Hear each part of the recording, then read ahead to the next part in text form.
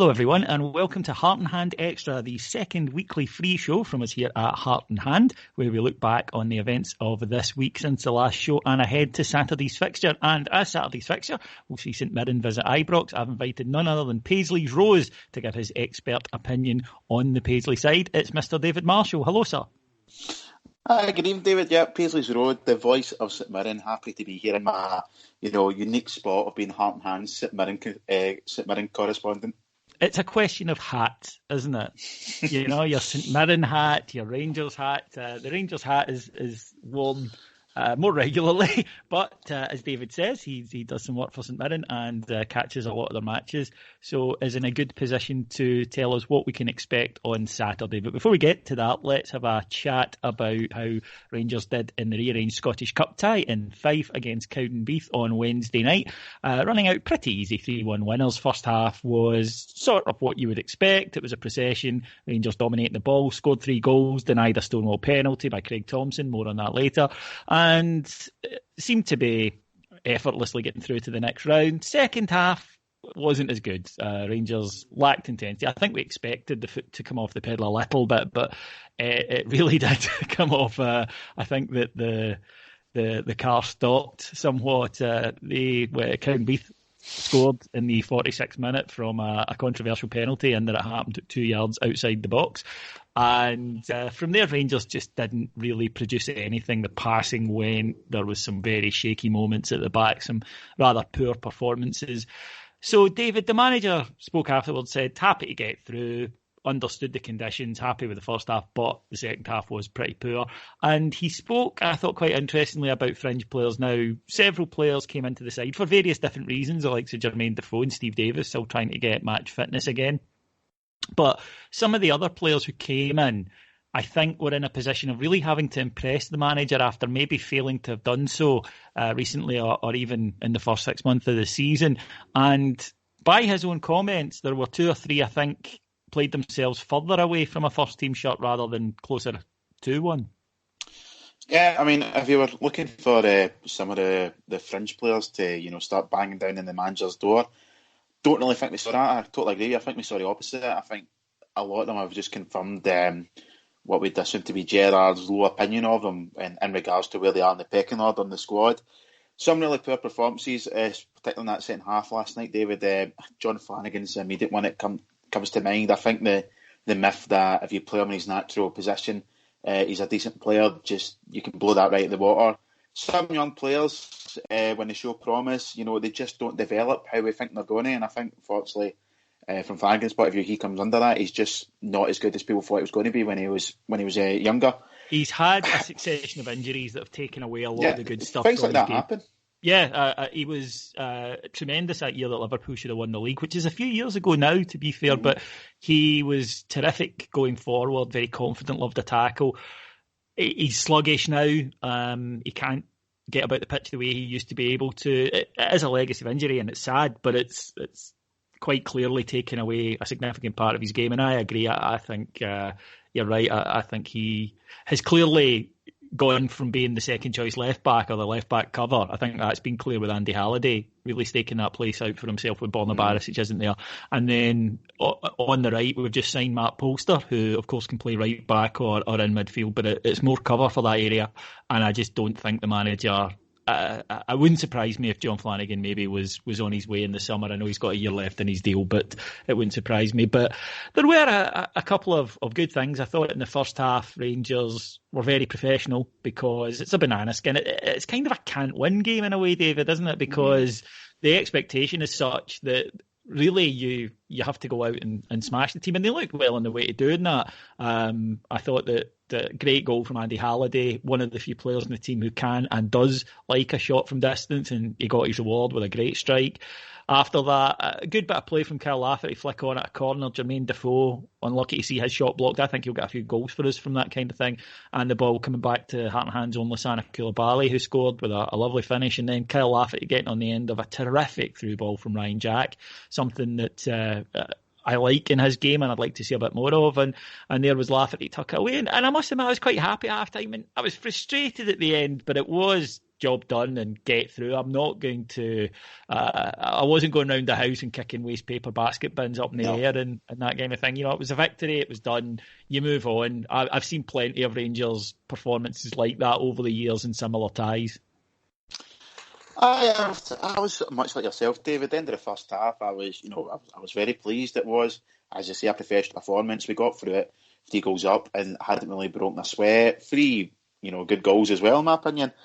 We done the post match in the Patreon the other night. We talked about it as well. That second half was frustrating, but with 24 hours now to look back on it, I can't really say I'm that bothered. It was poor and it was hard to watch, but. Quite frankly, it's a cup game. We got through it, and it's just going to be one of these games, David, where it comes up in 10 years' time and oh God, remember that one?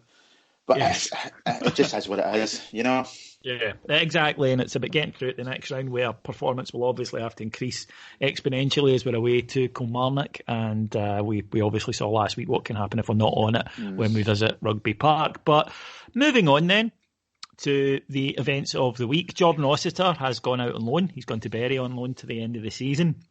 My suspicion is, David, that we just spoke about a player badly ravaged by injuries. Jordan Rossiter's a player I like. I think there's great ability there. But we know the issue. There's no point dressing it up. We know what the problem is. He's never been able to get a consistent run of games together in his time at the Rangers or in his career, in all honesty. It's a tragedy for the boy. It's sad for the club. But if he can go somewhere and get regular games, he really is at an age he needs to be playing for his own career. And I think the fact that it is a club like Bury, with all due respect to them, I think that maybe tells you the suspicion of clubs at a higher level as to his reliability. Yeah, I mean, there's still some people, even within our support, that'll tell you that Jordan Rossiter's one of the best midfielders at the club. That, at this point, is nothing more than a theory that we can't really back up with any evidence. He's played a handful of games. The guy, I feel sorry for him, and I wish absolutely no ill will in him. I hope he can go to Bury and do well and resurrect some sort of career for him. I mean, there's a bizarro timeline where Jordan Rossiter's in that Rangers midfield for the next 10 years, winning league titles and trophies. Unfortunately, it's not really worked out for him. I don't think we'll see him again in a Rangers jersey, David. No, I'd be surprised if we did as well, but all the best to him and his trip down there. And we're recording before the end of the window. No deals have been mentioned, but equally, nobody important, i.e. our little Colombian goal-scoring genius, appears to be heading out the door. Yeah, that's a big one. I hate deadline day, I'll be perfectly honest with you. I can't stand it. All the pish in Sky Sports, I keep miles away from it. I just keep an eye on us, and I can use Heart and Hand, Twitter, follow for that, so that'll do me. Yeah, I mean, I don't expect us to make anything big in the next couple of hours. It doesn't look like Alfie's going out the door, and I think that's a massive win for us if we can keep him from now to the end of the season. It's, since the 1st of January, I've been wanting this window to close because I want him to stay at the club. We hold him now to the end of the season. We're still fighting in 2 fronts for 2 trophies. I think that's a big win for us overall, and probably rounds up what's been a really good window for us as well. Yeah, I'm quite happy with the window. It gives us options moving forward. And speaking of moving forward, St Mirren come to Ibrox on Saturday. A disappointing season all round for them so far. Started badly under the stewardship, in inverted commas, of Alan Stubbs, a guy who appeared to be as interested in St Mirren's prospects this season as I was, but I wasn't taking a wage from them while doing it. And I know you'll come to it, but I believe that the club sanctioned for them quite a big spend on a player who's just been released under Stubbs. But they brought in Oren Kenny, started well, great result against Celtic, but have failed really to kind of match up or develop on from that. And I watched their game last week. Again, look, if you're going to have Hibs visiting your stadium, you probably couldn't have picked a better time. Hibs shit out of form. Their manager, at the time suspended, has since departed in one of the most bizarre leavings of a job ever. I think he didn't get sacked and he didn't resign. To me, that usually indicates in a job that you're still doing it. But I'm still waiting for the punchline, Yeah, exactly. It was apparently the Riddler who drew up that riddle me this. I'm like, no, I don't get it. It means he's still got a job. Aha! When the answer's Neil Lennon, he's gone. But Hibs turned up and did look short of confidence. I thought St Mirren played really well, scored a great goal in the first half, and then died at half-time, and in the second half, completely overrun. And what was interesting to me, David, was as soon as Hibs scored, you could sense, even as a disinterested guy like myself, just watching on the telly to see how they would do ahead of playing us and waiting for the Rangers game on Sunday, you could sense round that stadium the whole place was going, I knew that was going to happen and bad things are going to happen from here. And of course they did, and they end up losing 3-1 and are well beaten by the end. They don't look a side who are full of the joys of spring at the moment. No, I mean, I think pretty much from the moment St Mirren won promotion last season, it has been, just a series of doom and gloom, losing Jack Ross, bringing Alan Stubbs, which... That's like losing the 20 quid and finding a used condom, isn't it? It really is. I mean, you say, David, if St Mirren were a bigger club, you could probably write a book in this season about them. Stubbs came into there and he absolutely had no interest on managing St Mirren. He thought he was bigger than the job, which his record in football up to this point, apart from one cup final against us where we didn't show up, I don't know how he could come to that conclusion where he's too big to manage any club in the Scottish Premiership. He done a Q&A with the fans during the pre-season, the St Mirren fans, and this was just after they got humped 6-0 off of Sunderland, a League One English team. The game I made my commentary debut, by the way. And thank you. And a very fine job you did too. I did. So he did a Q&A with the fans after that game, and there was, a fair amount of anger and animosity, but also like level-headed guys are all asking questions. Where do you see yourself taking this club? And pretty much every answer Stubbs gave was, to condense it was, well, I'm the guy you've got, and that's who you're stuck with, basically. And I spoke to St Mirren fans after. Yeah, I mean, I spoke to St Mirren fans who were at it afterwards, and it was like, they told me, like, you left the place that night and you had this, like, how when you've got that really seething anger, but you're so angry that no noise comes out, you're just it's just silent seething anger. I call it Stephen Whittaker at right back anger. Yeah, well, that's what we're feeling like. They said there was too much going on in their head to just process just how angry they were with this guy. Never looked interested. Came in. There is this idea that he ripped apart the team. He did a wee bit, but the selling of that St Mirren team that won the league last season had already kind of begun before Stubbs got there. He didn't help it, to be fair. He got the fucking axe out and was whacking away some of their best players, telling guys who were some of the best players in the first division last season that they could feel free to leave, and he brought in a load of crap from the English lower leagues, most of which have already been moved on. There was a guy, Josh Heaton, I think his name was. That's him, 75 grand. Yes, Mirren's biggest signing in terms of a fee in about, I think it was something like 5-6 years. Didn't play a single game for the club, I was told, and he got moved on this window. A lot of changes for St Mirren over January. Owen Kearney's came in there, and he's got a really difficult club because St Mirren, in a lot of ways, St Mirren overachieved by getting promotion this season. When they first brought Jack Ross in, about 2 years ago now, his job was to keep them up in the Championship. And it started really badly, I remember. Yeah, at the time. The knives were out for him after about 6 weeks, were they not? And then, of course, he turned it all around, and he's doing really well at Sunderland now as well. Yeah, because he was seen as a cheap option as well by a lot of the St Mirren fans, which in a lot of ways was. A lot of the St Mirren managers in the last, you could really say since Gus McPherson left, have been the cheap option, to be perfectly honest. I mean, again, I know people at St Mirren, so I'm not really criticising them too much. They do a lot when they don't really have a lot to work with at that club, which is to their credit, to be fair.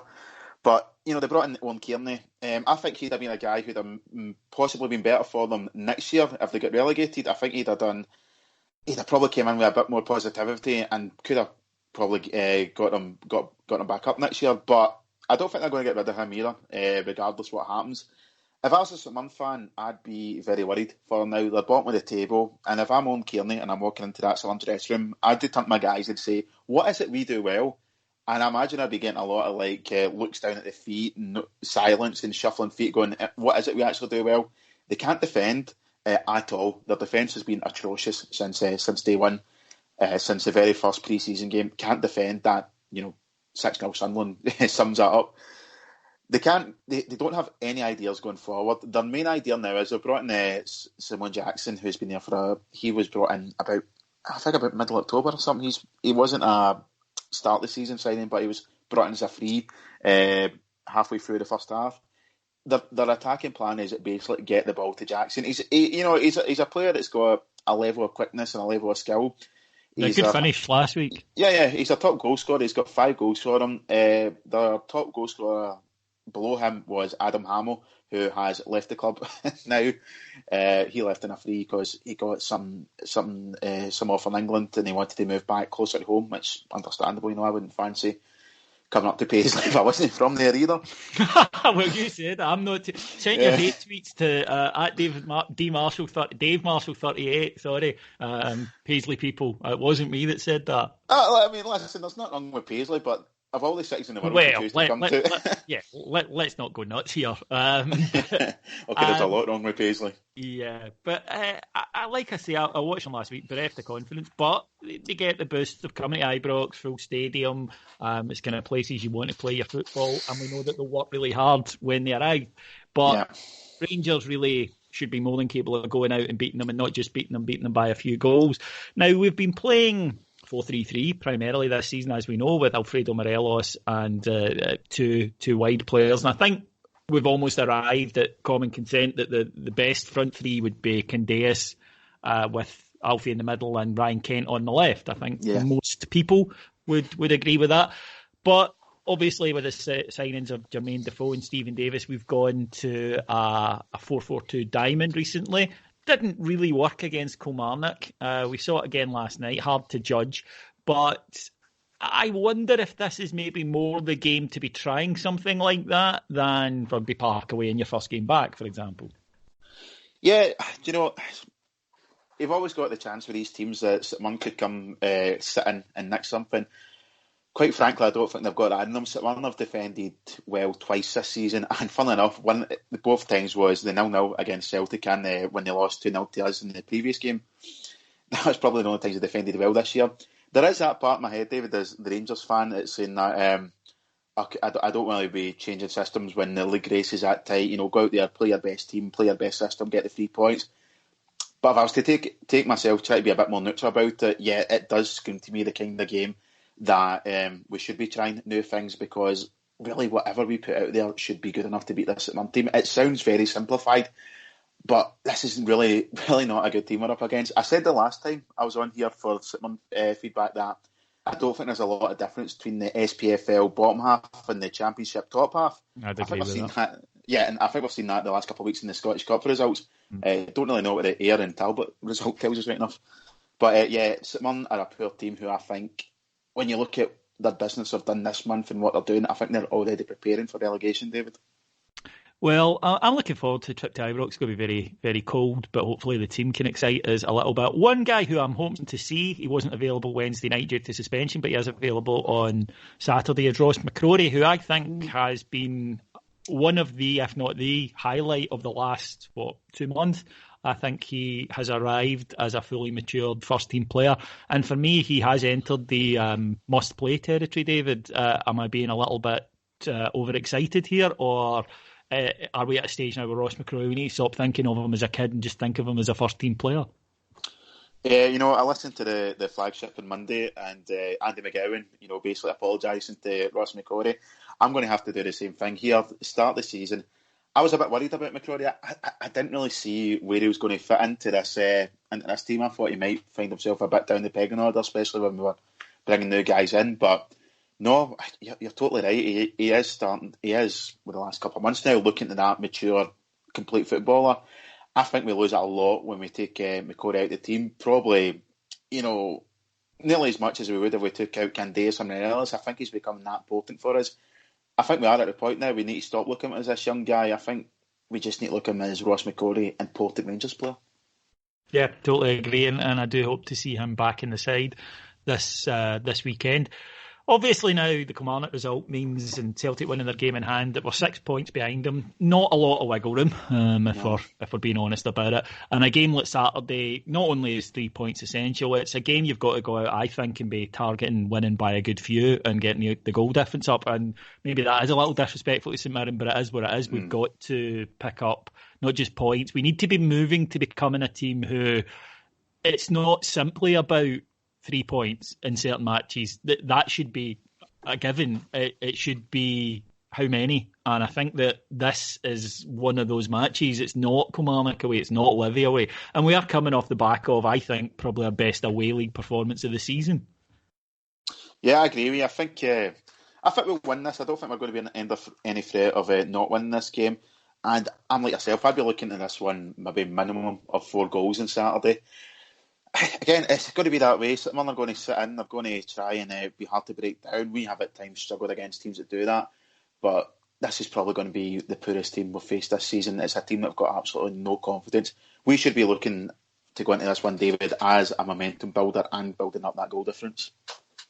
Okay, well, prediction time, David. What do you think the people should be putting their bet on Saturday? Well, I said minimum of 4-0 there, so I'll go one up from that and I'll say 5-0 Rangers. Okay, I will be putting a fiver on 3-0 Rangers with Nico Katic at any time. So there you go, folks. Yeah, I think he's due one from a corner or whatever. And he does like one. He's good. He's really good in an attacking sense. And I just watched St Mirren last week, and I thought, if we can get good delivery, and we should have players on the side capable of doing that, then yes, I could see Big Nico getting in the end of one. So fingers crossed that's what happens. We'll be back on Monday with a full roundup of the match. If you want to hear more from Heart and Hand, including young David here, who contributes his show 6 of the Best, where he looks at classic sixes, you might have guessed, in Rangers history, be it goals by a certain player, be it matches, cup finals, whatever. That drops every second Friday night, and there are up to 5 shows every single day on the network. So please give us a try. It starts at just $1.99 per month. I mean, that's nothing. That's half a coffee, and for that you will get hours and hours of glorious content. Thanks to our executive producers in London, Mr. Mike Lee and Paul Myers. Thank you to my guest, the wonderful Mr. David Marshall. Thanks, David. And just before I go, I want to say that Forrest Gump is an absolutely fantastic film. Forrest Gump? Is that the porn version? I did say Forrest Gump there, didn't I? Yeah, you did. It's a mute point again. It's a mute point. No, I don't know why. I was 17. I was into other things when I was 17 than films like that. And I've never seen Philadelphia either. That's another Tom Hanks one that's good. And it's not that I dislike Tom Hanks. He's absolutely brilliant in The Post, and he was absolutely brilliant in Big. So there's 2 bookends of his career, but no, I just don't fancy it, frankly. I did like the Homer Simpson pastiche of it, though. Yeah, that's even I recognised what that was. But the thing that put me off is Sally Field. You know, that life is like a box of chocolates. You never know what you're going to get. Well, it's just been Christmas and I've eaten a lot of chocolates, and you do know what you're going to get. You get a wee leaflet. They give you a wee leaflet, or in milk, what do you call them now? Milk tray. They now print it on the inside of the box. So if you've opened the box, you cannot help but see what you're going to get. So I just thought Sally Field, who I love because she's in Smokey and the Bandit, she lied to me, and I didn't know if I could really deal with that. So no, I'm going to have to just ignore that film. It's not one I'm going to watch. You get to see Tom Hanks come in his pants, so if that sells it for you. Okay. Right, folks, thank you very much for joining us. We'll be back on Monday. Until then, you have a wonderful weekend, and I hope your team wins. Thank you. Bye.